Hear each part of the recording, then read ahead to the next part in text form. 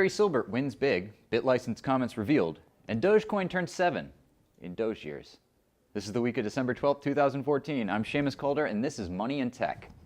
This week, the US Marshals Service held their second auction of Silk Road Bitcoins. The auction got off to a slow start with approximately 11 registered bidders placing a mere 27 bids. It's a huge drop-off from the first auction, which saw over 40 bidders placing 63 bids. Many experts are blaming the decrease on the shortened bidding time of 6 hours, which is only half the time granted for the first auction. The auction yielded weak results for Bitcoin backer and venture capitalist Tim Draper, who walked away with a meager 2,000 Bitcoins, a disappointing amount compared to the hefty bundle of 30,000 Bitcoins he won back in June. Now, it was a syndicate of the digital currency investment fund Bitcoin Investment Trust and the trading division of online marketplace SecondMarket that was the auction's primary winner, taking home approximately 48,000 Bitcoins.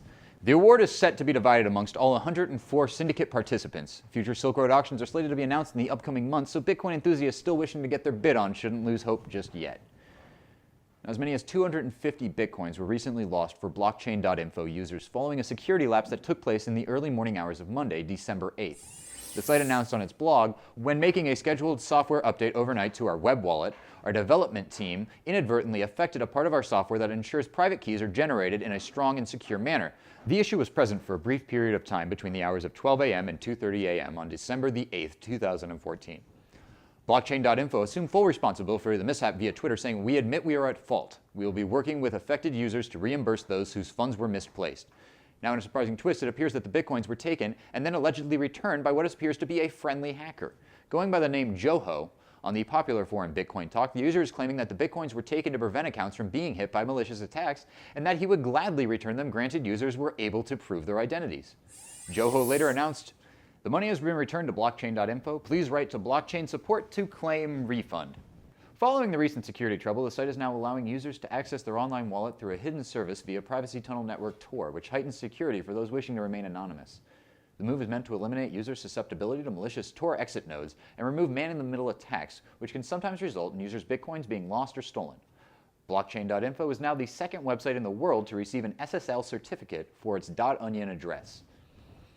Over 3,700 comments regarding New York's BitLicense have been made public. Among the commenters are online shopping giants Amazon and Walmart and money transfer service Western Union. Walmart and Amazon both expressed fear that items such as gift cards and similar captive financial products may get caught up in what they're calling BitLicense's broad definition of virtual currency.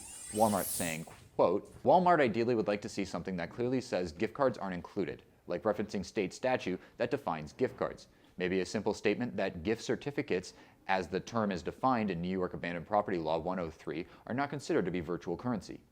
Amazon echoed this sentiment, saying, "Amazon respectfully requests that the DFS expressly clarify that the following products are excluded from the definition of virtual currency in its final rulemaking: closed-loop digital payment methods and prepaid access stored value cards or prepaid cards denominated in fiat currency." Western Union's comments were directed at competition, asking the NYDFS to include Bitcoin ATMs in its BitLicense proposal, saying, "We believe that the types of activities that are conducted by kiosks, for example, buying and selling virtual currency, including that which uses the kiosk operator's own inventory of virtual currency, clearly fall within the definition of virtual currency business activity and should require a VC license." A revised draft of the BitLicense proposal will be produced based on these and remaining comments and is due out at the end of the year. The price of Bitcoin this week did a really good impression of a pair of high school sweethearts trying to make it work after one of them goes off to college. Things look good between Bitcoin and $375 despite the Silk Road auction and the security issues at Blockchain. The price of Bitcoin seemingly resisted all temptations. But Bitcoin was a college man now. It wanted to be free. It thought, "I can do better." So its eyes began to wander and it saw 380, and she had great taste in music and made her own rules. But Bitcoin never made it in the door, hanging out instead with $378 who chewed with her mouth open. And as of Monday night, Bitcoin and $375 look to have called it quits. The price of Bitcoin has been in the dumps ever since, and at press time, the price of Bitcoin is hanging out around $345, most likely sitting alone in its room, listening to the Smiths and updating its OKCupid. If this trend continues, expect Bitcoin to give up on true love and go straight to Tinder. Now it's time to take a look at the wild west of Bitcoin and the continuing fallout from those who bit off a bit more than they could chew. This is Gox'd.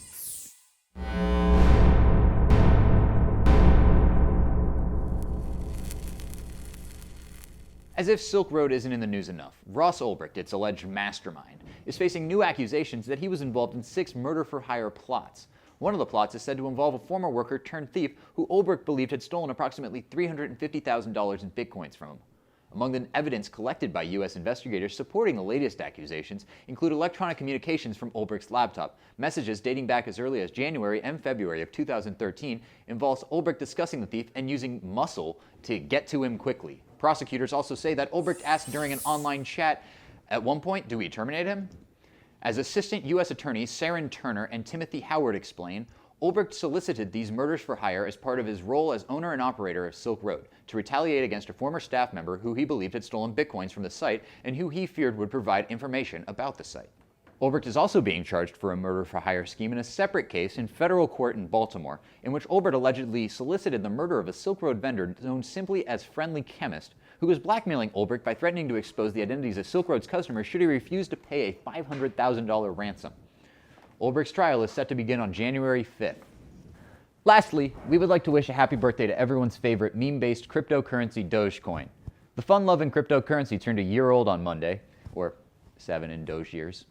Its year of life has been highlighted by a selfless community that managed to never take itself too seriously and ended up doing a lot of good for numerous causes. When it was just over a month old, they managed to raise over $30,000 to help send the Jamaican bobsled team to the Sochi Olympics. They raised over 40 million Dogecoin to dig wells in Kenya, 11 million to provide homes for families in need in Minnesota, and 3 million to build schools in Cambodia. In March, Dogecoin actually made headlines when the community raised 67.5 million Dogecoins to sponsor NASCAR driver Josh Weiss, and hey, the community even got to design Weiss's car wrap.